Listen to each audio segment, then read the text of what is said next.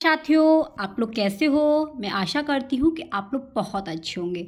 तो फ्रेंड्स, ये वीडियो आपके लिए बहुत ही महत्वपूर्ण है। जितने भी मित्र हमारे शीटर जुलाई 2024 की तैयारी कर रहे हैं, तो इसमें बात करेंगे हम गद्यांश और पद्यांश को कैसे हल करें जिससे आपके 15 में से 15 नंबर आए।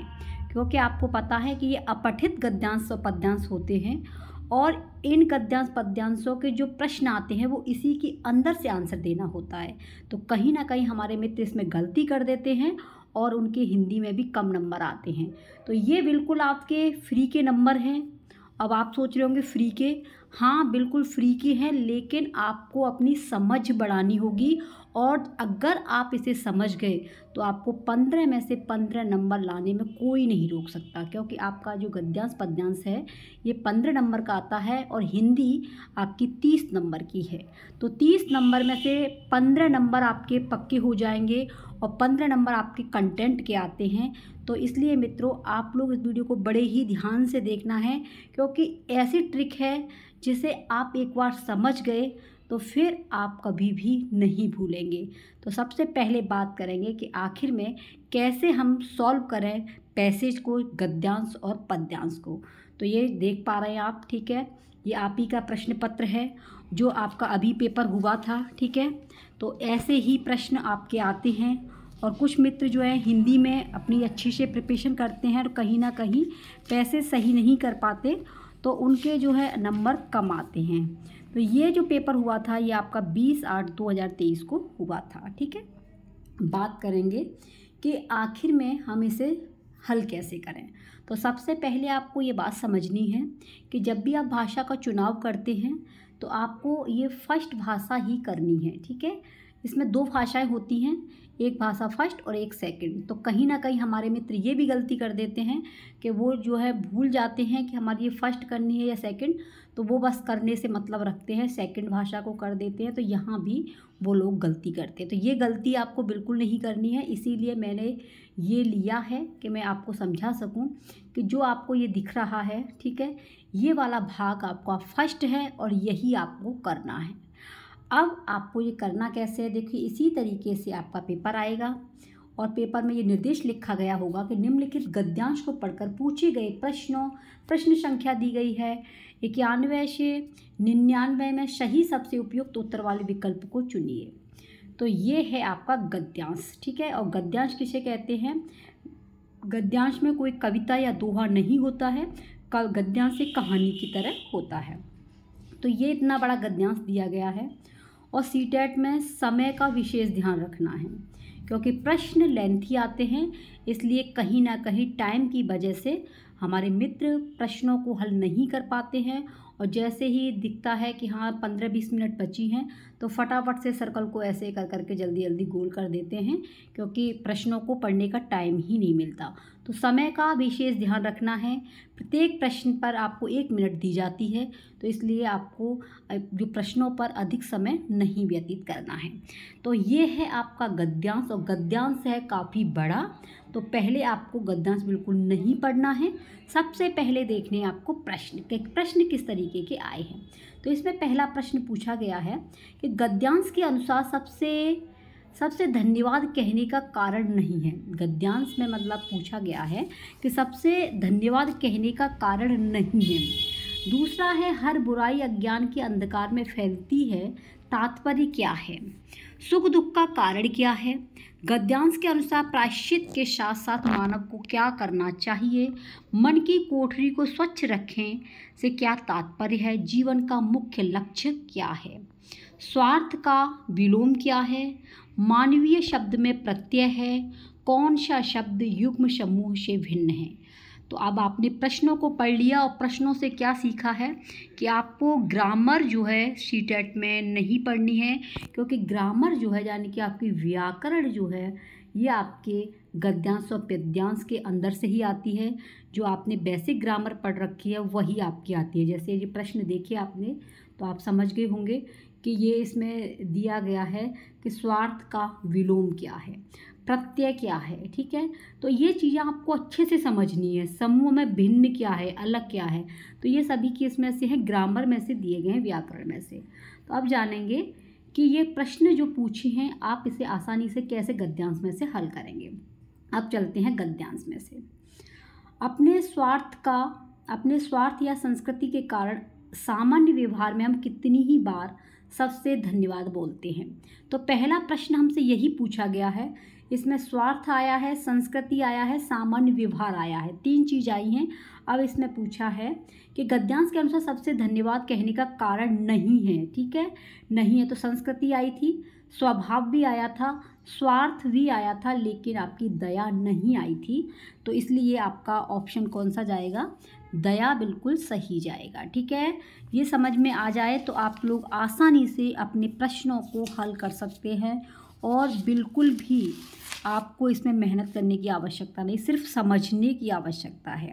तो इसका सही आंसर क्या जाएगा, इसका अगर आपने दया चुना है तो बिल्कुल सही है, क्योंकि संस्कृति इसमें आया है और आपका स्वभाव भी आया है, लेकिन आपका दया नहीं आया है।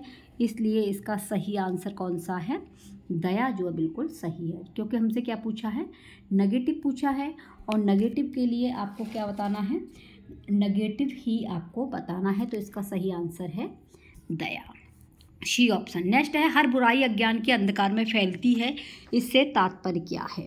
तो इससे क्या तात्पर्य है, अंधेरा सब बुराई की जड़ है, अज्ञानता के कारण बुराइयां फैलती है, अज्ञानी व्यक्ति बुराई फैलाता है, अंधेरा होते ही बुराइयां फैल जाती हैं। तो यहाँ पे देख लीजिए, एक बार समझ में आ जाएगा, पढ़ लीजिए, यहाँ तक आपने पढ़ लिया। यह कृतज्ञता सिर्फ उन्हीं तक सीमित क्यों है, हमें मानव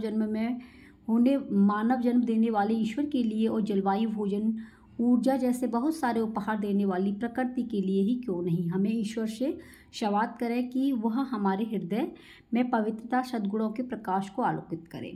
दुखों के कारण तो हमारे विकार हैं, बुराइयां हैं, हर बुराई अज्ञान के अंधकार में फैलती है। देखो ये आंसर मिल गया, हर बुराई अज्ञान के अंधकार में फैलती है। तो फटाफट से देख लीजिए, अज्ञान के अंधकार में फैलती है, तो इसका आंसर क्या जाएगा, इसका अगर आपने बी चुना है, अज्ञानता के कारण बुराइयां फैलती है, यही तो पूछा है, हर बुराई अज्ञान के अंधकार में फैलती है। तो इसका कारण क्या है, अज्ञानता के कारण बुराइयां फैलती हैं, बी ऑप्शन सही है। सुख दुख का कारण है, तो इसमें सुख दुख का जो कारण दिया गया है, देखिए सुख दुख दोनों ही हमारे कर्मों के फल हैं। किसके हैं, कर्मों के फल हैं। आपको अपना दिमाग यूज नहीं करना है, पैसेज यानी कि अपने गद्यांश को पढ़ना है, पढ़ के ही आंसर देना है। अगर आपने सोचा कि इसका ये लग जाएगा तो गलत हो जाएगा, क्योंकि आंसर इसी के अंदर से ही आपको खोजने हैं।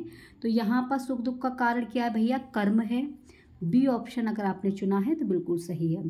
गद्यांश के अनुसार प्रायश्चित के साथ साथ मानव को क्या करना चाहिए, तो आपको फिर क्या देखना है, यही देखेंगे। देखिए ये दिया गया है कि हमें समझना चाहिए कि बिना दुख भोगे सुख नहीं पाया जा सकता, मानवीय पुरुषार्थ करते रहें, मन की कोठरी को स्वच्छ रखें।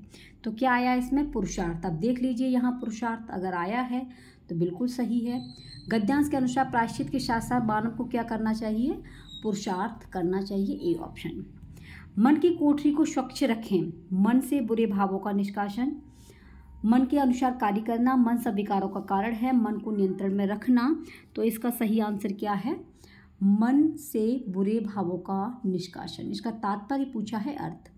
जीवन का लक्ष्य क्या है, तो ईश्वर के प्रति आधार प्रकट करना। इसमें साफ लिखा गया है, ईश्वर के प्रति आधार प्रकट करना, यही दिया गया है। और देखिए ये रहा, ईश्वर के प्रति आभार प्रकट करना, सेम लाइन दी गई है भैया, इसलिए आप लोगों को कहीं इधर उधर नहीं बिल्कुल भटकना है।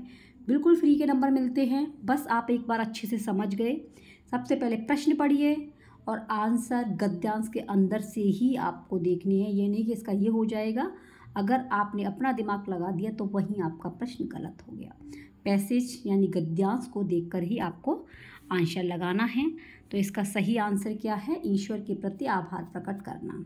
स्वार्थ का विलोम, इसमें पैसेज देखने की आवश्यकता नहीं है, स्वार्थ का विलोम आपको पता होगा तो आप लोग लगा सकते हैं, निःस्वार्थ होता है, सी ऑप्शन।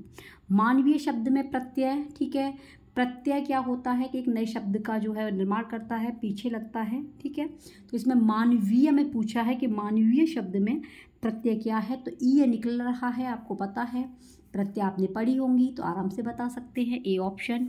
कौन सा शब्द युग्म समूह से भिन्न है, अलग पूछा है, तो ज्ञान का अज्ञान हो जाएगा, शुद्ध का अशुद्ध, सुख दुख हो जाएगा, लेकिन अंधकार और अंधेरा नहीं होगा। तो भिन्न पूछा है, अलग पूछा है, तो इसका सही आंसर क्या है? बी ऑप्शन बिल्कुल सही है।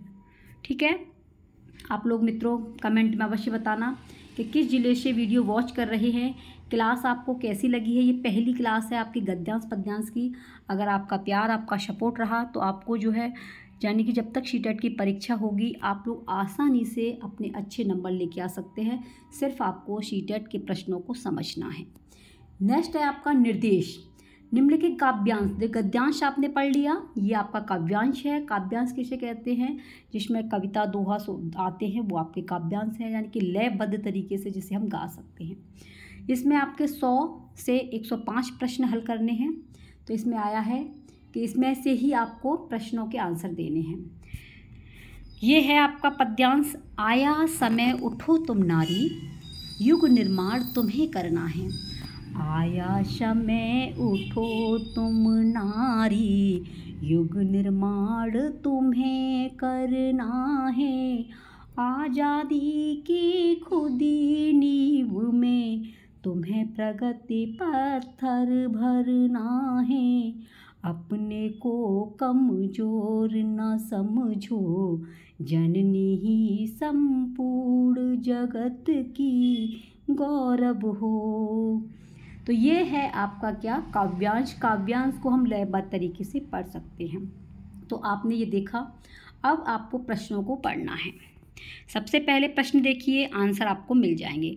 कविता का मुख्य स्वर है। कविता के अनुसार स्वतंत्रता प्राप्ति में स्त्री की भूमिका है। स्त्री के लिए किस विशेषण का प्रयोग नहीं किया गया है? स्त्री की निर्माणकारी शक्ति का भाव कविता की किस पंक्ति में निहित है? तो आपने पहला प्रश्न देखा है, कविता का मुख्य स्वर क्या है। तो कविता का जो मुख्य स्वर है वो क्या है? इसमें दिया गया है, आया समय उठो तुम नारी, युग निर्माण तुम्हें करना है। तो इसमें स्वतंत्रता के बारे में नहीं, गौरव गाथा के बारे में भी नहीं, युग निर्माण के बारे में भी नहीं कहा गया है, स्त्री शक्ति के बारे में कहा है। तो मारो मोहर लगाओ ठप्पा, आंसर ए हो जाएगा आपका पक्का।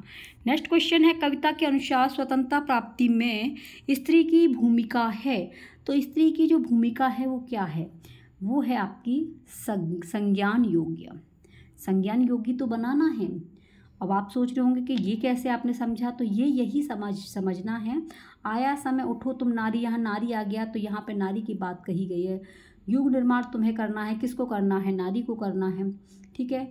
आज़ादी की खुदी नींव में तुम्हें प्रगति पत्थर भरना है, अपने को कमज़ोर ना समझो। तो यहाँ पर नगण्य की बात नहीं है, अप्रासंगिक की बात नहीं, औसत की बराबर वाली बात नहीं कही है, संज्ञान योग्य वाली बात कही गई है। D option. स्त्री के लिए किस विशेषण का प्रयोग नहीं किया गया है? तो नहीं किया गया, देखिए गौरव शब्द आया है, शबला भी आया है, नीव भी आया है। नहीं पूछा है लेकिन अवला शब्द नहीं आया है।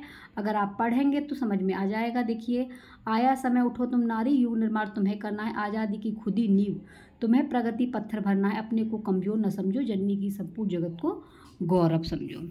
तो इसमें देखिए गौरव आ गया, सबला आ गया, सबल बनाना है, नींव आ गया, लेकिन अवला नहीं बताया गया है स्त्री के बारे में। तो नहीं के लिए हमें नहीं चुनना है, ए ऑप्शन राइट है। अगला है, स्त्री की निर्माणकारी शक्ति का भाव कविता की किस पंक्ति में निहित है? जननी को संपूर्ण जगत की कमजोर न समझो, आज़ादी की खुदी नींव, युग निर्माण तुम्हें करना है। तो इसमें क्या दिया गया है? युग निर्माण किसे करना है? स्त्री की निर्माणकारी शक्ति का भाव। तो निर्माणकारी इसमें आया था ना, युग निर्माण वाली बात आई है। ये देख सकते हैं, यहाँ से ये लाइन उठा ली गई है। इसका आंसर यही सही है, युग निर्माण, सी ऑप्शन। कविता के अनुसार स्त्री को स्वयं की शक्ति को पहचानना होगा, जननी के रूप में ही रहना होगा, गौरवगान करते रहना होगा, पत्थर भरने का कार्य ही करना होगा। तो इसका सही आंसर क्या है? स्वयं की शक्ति को पहचानना होगा। तो जो भी बहनें हमारी सोचती हैं कि हमें टाइम नहीं मिलता है, हमें जो घर के लोग टाइम नहीं देते हैं, काम में उलझ जाते हैं, काफ़ी परेशानियां हैं, तो उनको खुद की शक्ति को पहचानना होगा। जब तक आप खुद की शक्ति को नहीं पहचान पाएंगे तब तक आपका किसी भी कार्य में मन नहीं लगेगा। तो कविता के अनुसार स्त्री की क्या है, स्वयं की शक्ति को पहचानना है। आपको खुद को सोचना है कि हमें करना क्या है। ये तो बस लगे रहते हैं गृहस्थी के काम और एक दूसरे की टेंशन। तो आप जब तक आप स्वयं की शक्ति को नहीं पहचान पाएंगे तब तक आपको कोई भी कामयाबी नहीं मिलेगी। ये आपके इसमें दिया गया है पद्यांश के अंदर। तो इसमें सही आंसर क्या है, स्वयं की शक्ति को पहचानना होगा। अगला है, जननी को संपूर्ण जगत की पंक्ति में कौन सा अलंकार है।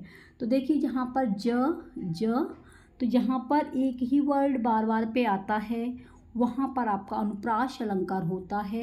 तो इसमें जो है आपका अनुप्रास अलंकार प्रयोग किया गया है। तो आपको अलंकार भी पढ़ने हैं, प्रत्यय भी पढ़नी है, उपसर्ग भी पढ़ने हैं, विलोम शब्द भी पढ़ने हैं। तो जो बेसिक ग्रामर है वो आपको पढ़नी होगी। तो ये थे आपके 15 प्रश्न। तो ये 15 प्रश्न आपके गद्यांश और पद्यांश के होते हैं। अगर आप गद्यांश और पद्यांश को सही से करना सीख गए तो 15 में से 15 नंबर आप आसानी से लेके आ सकते हैं।